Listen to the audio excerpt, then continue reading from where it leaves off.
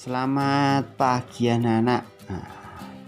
Nah, kemarin kita sudah belajar mengenai peluang yang di SMP. Kalian sudah mengerjakan tes diagnosis awal kognitif awal tentang peluang yang sudah dipelajari di SMP ya. Oke, kita hari ini akan melihat peluang yang ada di materi peluang yang ada di SMA. Nah, untuk mempelajarinya, pertama kali terlebih dahulu kita harus belajar tentang kaidah pencacahan. Kaidah pencacahan itu apa? Yaitu adalah suatu cara untuk menghitung semua kemungkinan yang dapat terjadi dalam suatu percobaan. Nah, di sini ada aturan pengisian tempat. Nah, seperti yang disebutkan yang kemarin, bahwa aturan pengisian tempat itu ada 3. Ada diagram pohon, tabel silang, dan pasangan terurut. Nah, kemudian kita akan belajar tentang kaidah penjumlahan dan kaidah perkalian. Nah, kaidah penjumlahan itu apa? Nah, misalkan suatu peristiwa dapat terjadi dengan n cara yang berlainan. Dalam cara pertama, terdapat P1 kemungkinan hasil yang berbeda. Cara kedua memberikan P2 kemungkinan yang berbeda, dan seterusnya. Maka total banyaknya kemungkinan kejadiannya adalah P1 ditambah P2 ditambah sampai n cara, yaitu Pn cara ya. Jadi ditambahkan, ini namanya kaidah penjumlahan. Kemudian ada juga kaidah perkalian, yaitu apabila suatu peristiwa terdiri dari n tahap yang berurutan, di mana tahap pertama dapat terjadi dalam Q1 cara yang berbeda, tahap kedua dapat terjadi dalam Q2 cara yang berbeda, maka total banyak peristiwa yang terjadi adalah Q1 dikalikan Q2 dikalikan titik sampai Qn. Nah, itu namanya kaidah perkalian. Nah, sekarang kita menggunakan contoh. Ini contohnya. Kota A dan kota B dihubungkan oleh 3 alternatif jalan. Kota B dan kota C dihubungkan oleh 3 alternatif jalan pula. Jika Anda mau bepergian dari kota A ke kota C melalui kota B, ada berapa rute yang bisa ditempuh? Nah, untuk menyelesaikan soal seperti ini, kita harus tahu rutenya ya. Ini misalkan ini dari A ke B dan kemudian ke C. Nah, dari A ke B dihubungkan oleh 3 alternatif jalan. 1, 2, 3. Nah, kemudian dari kota B dan C itu dihubungkan oleh 3 alternatif jalan pula. 1, 2, 3. Maka banyaknya kemungkinan yang terjadi kalau seseorang itu tidak mau pergi dari A ke C melalui kota B dengan cara berapa ya kita akan bisa menempuhnya. Oke. Dari A ke B itu kan bisa ditempuh dalam 3 cara. Dari B ke C bisa ditempuh dengan 3 cara juga. Maka ini kita menggunakan kaidah perkalian, sehingga 3 kali 3 sama dengan 9 cara. Berarti ada 9 cara berbeda. Nah, ini bisa kita daftari sebenarnya dari ini sini A ke B lewat atas, kemudian dari sini itu satu rute. Kemudian dari A ke B langsung mulai tengah ya, B ke C nya tengah, dan A ke B dari atas, B ke C nya ke sampai sini. Karena ada 3 ya, 3 cara ya. Nah, kemudian dari A ke B melalui tengah, dari tengah dari B ke C ke atas, ini tengah, B ke C tengah juga. Nah, A ke B tengah, B ke C juga dari bawah. Itu 3 juga, sudah 6 ya. Dan dari kalau ada dari ke B, A ke B melalui yang bawah, A ke B 1 atas 2 1, ini 1, dan tengah 2, ini 3. Berarti ada 3 kemungkinan juga. Berarti kalau dijumlah totalnya ada 9 cara. Menggunakan cara ini juga bisa. A ke B ada 3 jalur, B ke C ada 3 jalur. Berarti kalau dikalikan ada 9. Nah, soal berikutnya, dari angka-angka 1, 2, 3, 4, dan 5 akan disusun suatu bilangan. Nah, yang A, berapa banyak bilangan 3 angka yang dapat disusun? Tapi berapa banyak bilangan 3 angka berbeda atau berlainan yang dapat disusun?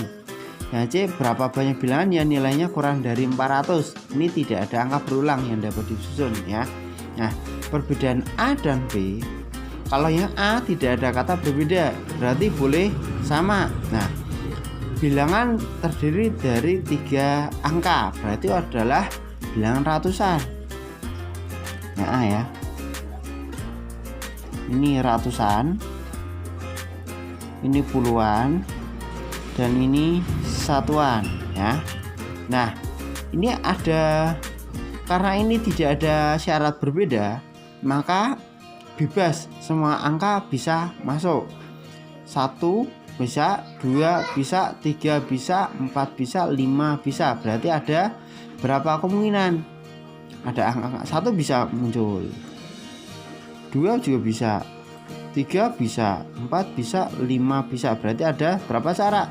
1, 2, 3, 4, 5. Ada 5 kemungkinan ya. Nah, karena di sini tidak ada syarat angkanya harus berbeda, maka angka yang masuk di ratusan, misalnya yang masuk adalah angka 1. Angka 1 boleh dipakai di puluhan juga.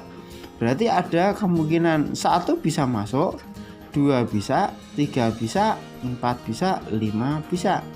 Berarti ada 5 kemungkinan juga. Nah, kemudian yang di satuan gimana? Sama sih kok, karena angkanya boleh berulang. Tidak ada syarat tidak boleh berulang ya. Nah, ada 5 kemungkinan juga. Ya, ini kalau kita hitung dikalikan, 5 kali 5 25. 25 kali 5 adalah 125 cara. Nah, gitu ya. Nah, kemudian yang B. Yang B itu, nah sekarang ada syarat berbeda. Nah, kalau ada syarat berbeda, kita harus mensiasatinya. Coba, ini ada ratusan, ini puluhan, dan ini satuan ya. Angka berapa saja yang bisa masuk di ratusan? Tentunya semua bisa masuk ya. 1 boleh, 2 boleh, 3 boleh, 4 boleh, 5 juga boleh. Berarti ada 5 kemungkinan yang bisa masuk di ratusan. Nah, karena di sini ada syaratnya angkanya harus berbeda, maka angka yang sudah masuk di ratusan tidak boleh dipakai di puluhan ya. Misalkan yang kita pakai angka 1, berarti yang di puluhan tidak boleh ada angka 1. Nah, berarti bisa 2, 3, 4, 5. Berarti ada 1, 2, 3, 4. Ada 4 kemungkinan ya. Nah, kemudian di satuan, ingat angkanya berbeda. Yang di ratusan itu sudah dipakai, maka tidak boleh di puluhan. Kalau di puluhan sudah dipakai, tidak boleh di satuan. Tadi kan kita makanya angka 1 ya, misalkan angka 1 ya.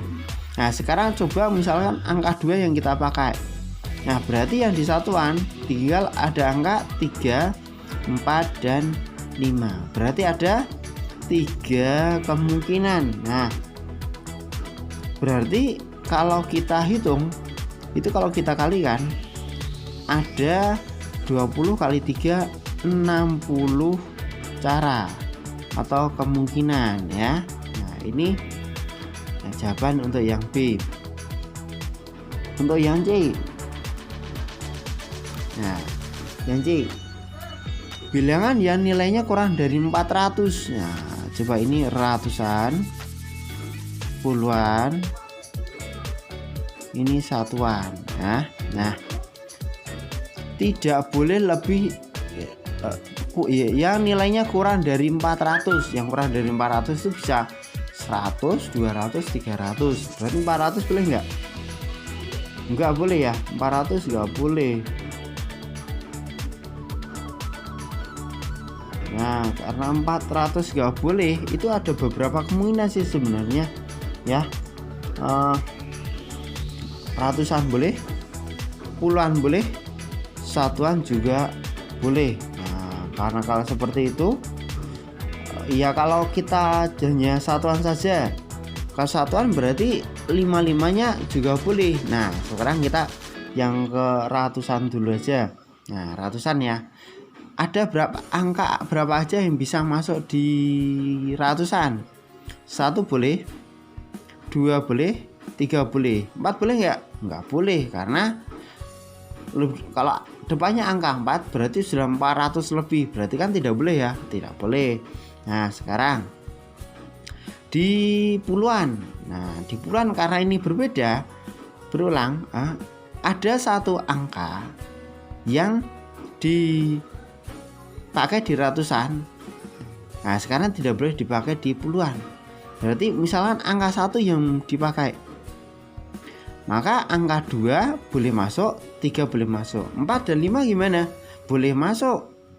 Misalkan kan 145 kan boleh ya kan. Nah, berarti ada, ini tadi ada berapa? 3 ya.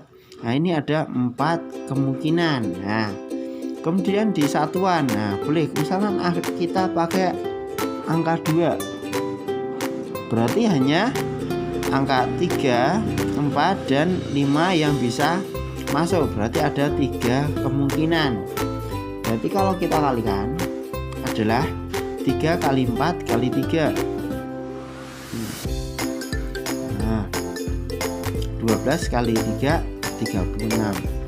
Nah, ini untuk yang ratusan, karena di sini yang ditanyakan bilangan yang nilainya kurang dari 400, berarti tidak hanya 3 angka, bisa 2 angka, bisa 1 angka. Nah, sekarang kalau 2 angka, berarti bisa, ini kita garis dulu ya. Nah, kalau 2 angka berarti bisa puluhan, bisa satuan. Nah, karena ini hanya puluhan dan satuan, berarti kelima-limanya itu bisa masuk 5 angka itu. Nah, di sini 4 karena kan harus berbeda. Kalau kalikan hasilnya adalah 20 cara. Kemudian untuk satu angka sendiri, untuk satuan untuk di sini ya. Nah, kan 1 juga kurang dari 400 ya, berarti ada 5 kemungkinan, berarti ada 5 ya. Nah, untuk banyak bilangan yang nilainya kurang dari 400 bisa terdiri dari 3 angka, bisa terdiri dari 2 angka, bisa terdiri dari 1 angka. Maka jumlahnya kalau kita hitung adalah 36 ditambah 20 ditambah dengan 5 ya. 25 tambah 56 adalah 61 cara. Nah, berarti banyaknya bilangan yang nilainya dari kurang 400 ada 61 cara. Nah, paham ya? Karena di sini tidak ada syarat 3 angka. Kalau di atas kan 3 angka.